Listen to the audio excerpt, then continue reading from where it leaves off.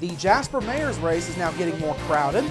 We'll have more on that. Plus, Carrie Schneider has this week's visit with our friends at the DuBois County Humane Society, and host Bill Potter brings us another episode of Inform. All of that and much more is up next here on the 18 WJTS News.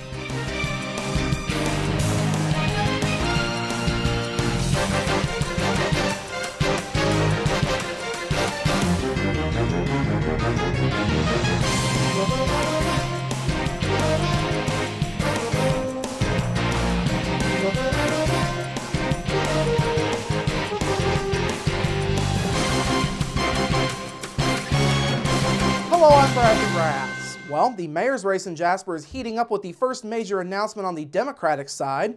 This afternoon, current Jasper Electric Commissioner Wayne Sheeter announced his plans to run for mayor. Sheeter made his announcement at the Jasper Train Depot, a place he says is a great symbol of the city and what it stands for. It is very appropriate that I think we are meeting in this building next to the train that is named Spirit of Jasper. This train is a symbol of the time and effort that people are willing to put forth in service to the people of Jasper to enhance the quality of life here. Throughout Jasper, there are numerous examples of this Spirit of Jasper, which involves committing time to help our fellow citizens. Sheeter says the decision to become mayor was a difficult one, as he had never been a politician. However, he says he was swayed to run within the last couple of days because candidates for political office in Jasper are often judged by leadership versus party affiliations. Sheeter says working together will be key to continuing the forward progress that the city has seen over the last few years. I look forward to campaigning with fellow Democratic candidates. But most of all, I look forward to pursuing the opportunity to work with all of Jasper's elected and appointed leaders and employees, as well as area business, art, and education and community leaders, to continue Jasper's and the area's growth and progress. A native of Jasper, Sheeter graduated from JHS in 1968. He earned his bachelor's degree in 1972 in social science at Indiana State University, and in 1976 got a master's degree at DePaul University. Sheeter spent 34 years as a middle and high school teacher prior to retiring in 2006. He then joined the Jasper Utility Service Board after retirement and served as chairman from January of 2010 up through this year. On a final note, Sheeter touched on a couple of potential campaign points this afternoon. He stated that TIF is something that needs to be considered, but doesn't necessarily need to take up 1/3 of the city. Sheeter also expressed concerns that not enough young people are getting involved in city government and decision-making. He says he would propose forming a Mayor's Youth Advisory Council if elected to fix that issue. Despite strong fourth quarter earnings, Old National Bank is set to make changes that will affect nearly 40 of its locations, including several here in our area. According to an 8K form filing posted on the company's website, Old National will be selling, closing, or consolidating 36 of its locations across several states that include Indiana. The form is dated last Thursday, January 30th. Now, the Jasper Manor branch will be among 19 branches that will close and consolidate. Company officials say customers who use that branch will need to go to the Jasper Crossing location once the consolidation is done in mid-March. Kathy Shetland is in charge of public relations for Old National Bank. She says the decision to consolidate was made since the Jasper Manor location and the Jasper Crossing location are only about a mile apart. She says the change will make things run more smoothly locally. This is something, of course, that will make us a more effective and efficient corporation. There's a lot of trending in terms of a lot of people using the online banking and mobile banking. So we've seen a decrease in traffic in our banking centers. So again, in looking at efficiencies, this was a result of that as well.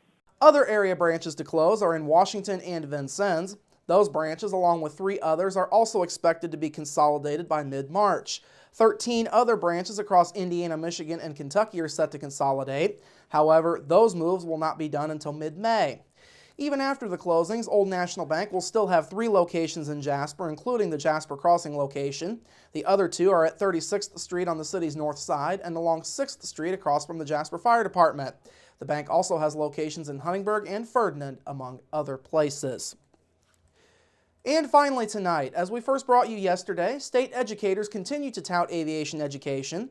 Many of them are also saying new cutting-edge technology is a growing part of that field. Indiana State University's College of Technology has been working with new unmanned aerial systems, or UAS. These are broken down into 3 different categories by the Federal Aviation Administration. These are civil operations, public operations, and model aircraft. Jeff Hauser is the Director of Unmanned Systems at Indiana State University.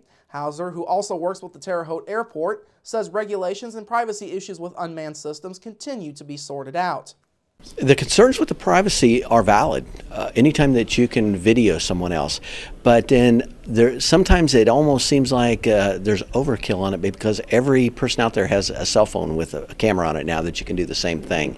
So you have to take it into perspective. But when you're flying over an event, those things have to be sanctioned, and when you're flying over people, you have to have an approval to do that, and that you're filming the right thing, that you're there to film the event, not the people.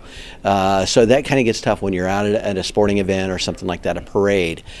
So you just need to know the rules. If you're going to be flying one of these, know what you can and cannot do. Now locally, as you'll recall, unmanned drones were used at last year's Strassenfest for filming and photography purposes.